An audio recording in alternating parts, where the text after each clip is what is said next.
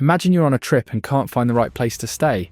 Hotels are too pricey, too plain, and they all feel the same. You start searching for different cheap hotels but can't seem to find one. You open your mobile phone and search for cheap accommodations but discover that there are no cheap hotels around. But then you find a small, cozy home with a kitchen, a soft couch, and maybe even a friendly dog at the door. It feels like home, right? That's the magic of Airbnb. But how did it all begin? How did two friends with no money build a travel company now worth over $100 billion? In this video, we show you how Airbnb started with just 3 airbeds, survived serious struggles, fought against laws, beat big hotel companies, and became a company worth over $100 billion. And trust me, the twists in this story are better than most movies. So stick around till the end. You'll not only learn how Airbnb rose from zero, but also how you can turn a small idea into a big success. In 2007, 2 friends, Brian Chesky and Joe Gebbia, were living in San Francisco. They had both studied design at the Rhode Island School of Design. San Francisco was an expensive city, and they were struggling to pay their rent. At the same time, a big design conference was coming to the city, and all the hotels were fully booked. This gave them an idea. What if they offered a place to sleep in their apartment to people attending the conference? They bought some air mattresses and set them up in their living room. They also offered breakfast in the morning. They called this service Air Bed and Breakfast. They created a simple website to advertise their offer. To their surprise, 3 people booked a stay with them. Each guest paid $80 for the night. This experience made Brian and Joe realize that there was a need for affordable and personal places to stay. They thought that many travelers might prefer staying in someone's home rather than a hotel. This was the beginning of what would become Airbnb. After their first success, Brian and Joe wanted to turn their idea into a real business. They needed someone with technical skills to help build a better website. They reached out to Nathan Blecharczyk, a former roommate and a computer programmer. Nathan joined them as the 3rd co-founder. Together they worked on improving the website and making it easier for people to list their homes and for travelers to book stays.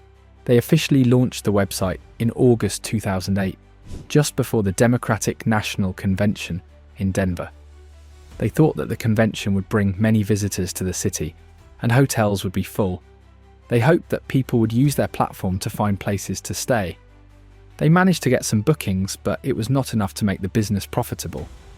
They faced challenges in attracting users and convincing people to trust the idea of staying in someone else's home.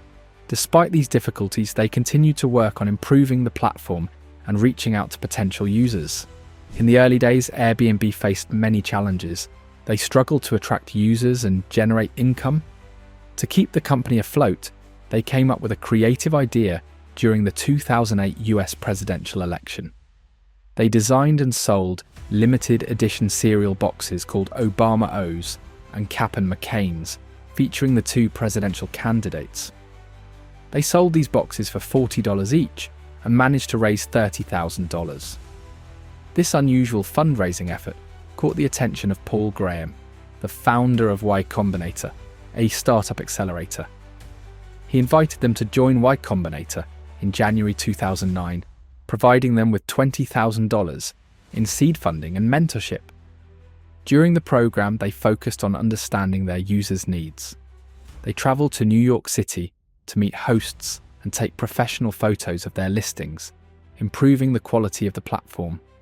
By March 2009, Airbnb had 10,000 users and 2,500 listings. They also shortened the company's name to Airbnb, moving beyond just air mattresses to include various types of accommodations. As Airbnb grew, building trust between hosts and guests became essential. They introduced user profiles, reviews, and a secure payment system to ensure safety and transparency. These features helped users feel more comfortable using the platform.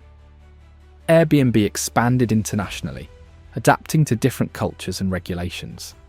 By 2011, the company had listings in over 13,000 cities across 182 countries. They focused on creating a community where travelers could have authentic, local experiences. In July 2011, Airbnb raised $112 million in Series B funding, which allowed them to scale rapidly and improve their technology and user experience. They continued to innovate, launching a mobile app in 2011 and introducing Airbnb experiences in 2016, allowing hosts to offer activities alongside accommodations. These efforts contributed to Airbnb's growth and success in the travel industry. As Airbnb expanded, it encountered legal and regulatory challenges in various cities. After one Airbnb host rented her home to a young man, she found jello shots painting the walls, windows broken, the dining room tables smashed, and shattered glass everywhere. The Texas host claimed the guest threw a party that resulted in over $18,000 in damages. The whole night was a disaster, and I couldn't do anything, Chelsea McGovern, the Airbnb host, told ABC News. She witnessed the party at her rental property from her own home across the street. Though the guest had told her that he would be staying at the house alone while inviting a few friends over, she believes that it was his intent was to throw a huge party. There were cigarette butts put out on the walls and it reeked of marijuana, she added. It reeked of bodily fluids. And I don't know if they peed in the house, but I know they peed on my bed. At least 300 people were at the party throughout the night, she alleged. My husband went through the house and took photos during the party with the police, she said. The police responded to a disturbance call about a house party, vehicles blocking the street, and potentially underage people walking around with open containers of alcohol. Despite the host's persistent calls about her case, Airbnb did not get back to her about the case. In a bid to save the situation, Airbnb responded saying, "Our original handling of this case did not meet the high standards we set for ourselves. We apologise to our host for the delay. We have zero tolerance for disruptive behaviour like this. We permanently banned this guest from our platform. We are fully supporting our host under the $1 million host guarantee programme." McGovern and her husband Tim estimated the cost of damages to be $18,868, which includes the broken furniture, time the couple spent cleaning, loss of revenue, and repainting. Some local governments viewed Airbnb as a threat to the traditional hotel industry and imposed restrictions on short-term rentals. For example, in New York City, it became illegal to rent out a property for less than 30 days unless the tenant was present. Airbnb worked with regulators to find solutions that allowed it to continue operating while ensuring fair practices. The company also faced issues related to discrimination by hosts and fraudulent listings. To address these problems, Airbnb implemented anti-discrimination policies and worked to verify listings more thoroughly. They hired a former Attorney General to oversee these efforts. Despite these challenges, Airbnb remained committed to providing a safe and inclusive platform for all users. The COVID-19 pandemic in 2020 brought significant challenges to the travel industry, and Airbnb was no exception. With global travel restrictions and lockdowns, bookings on the platform dropped dramatically. Airbnb had to adapt quickly to survive. They shifted their focus to long-term stays and local travel, encouraging users to book nearby escapes rather than international trips. They also introduced new features to support remote work and learning, as more people sought flexible living arrangements. These changes helped Airbnb recover and meet the evolving needs of their users. In December 2020, Airbnb took a big step. After 13 years of hard work, ups and downs, and millions of users around the world, the company finally went public. That means they started selling their shares on the stock market, so anyone could invest in the company. Their stock symbol became ABNB. On the very first day of trading, Airbnb's stock price shot up much higher than people expected. It showed that many people believed in the future of Airbnb. Even though the COVID-19 pandemic had just caused a huge drop in travel, earlier that year, investors still had strong faith in Airbnb. They saw how the company adapted fast to the crisis. They saw how people started using Airbnb for longer stays, local trips, and remote work. This made people realize that Airbnb was not just about travel. It had become a new way of living for many people. After going public, Airbnb didn't slow down. They kept improving their services. They worked on making their platform safer and easier to use. They added tools for hosts, like better calendar systems and safety checklists. For guests, they added filters for flexibility and cleanliness. Airbnb also kept growing in different parts of the world. In some places, they had to deal with strict local laws. In others, they helped people earn income in times of economic struggle. The company stayed focused on its mission, to create a world where anyone can belong anywhere. By 2022, Airbnb had more than 150 million users, with over 4 million hosts and more than 7 million listings worldwide. That's more listings than the top 5 hotel chains combined. It wasn't just a little startup anymore. It had become one of the biggest names in travel and hospitality. For many years, hotels were the main option for travelers. Big hotel brands like Marriott, Hilton, and Hyatt were everywhere. If you were going on a trip, you booked a hotel room. It was simple, familiar, and standard. Then Airbnb showed up. At first, hotels didn't see it as a real threat. Airbnb started small, people renting out spare rooms or couches.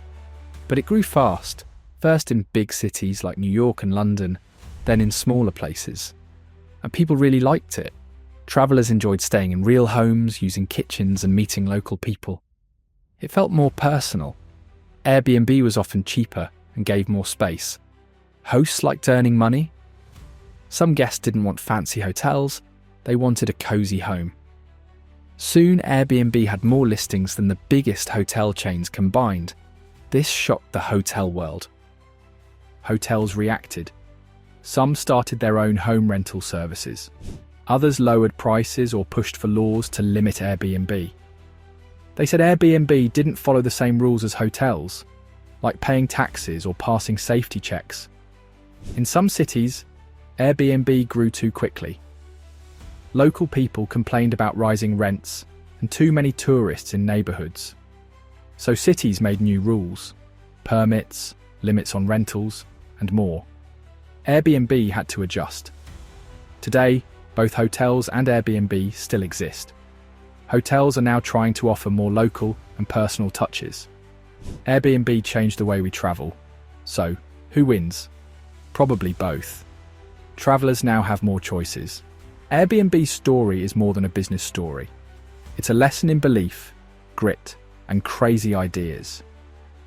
Here's what we can all learn. Start small. A simple idea, airbeds, turned into a billion-dollar company. Don't quit after rejection. 15 investors said no. They kept going. Solve a real problem. People needed cheaper, more personal places to stay. Adapt to change. Airbnb changed fast during COVID and came back stronger. Build trust. Without trust, Airbnb wouldn't exist.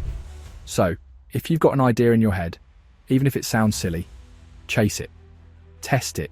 Fight for it.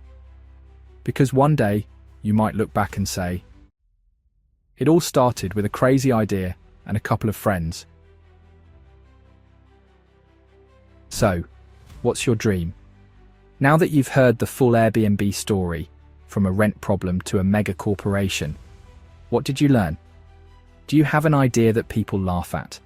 A business you want to start? A dream that feels too big? Let's hear in the comments section. If you enjoyed this story, do well to like, share, and don't forget to subscribe for more inspiring business stories.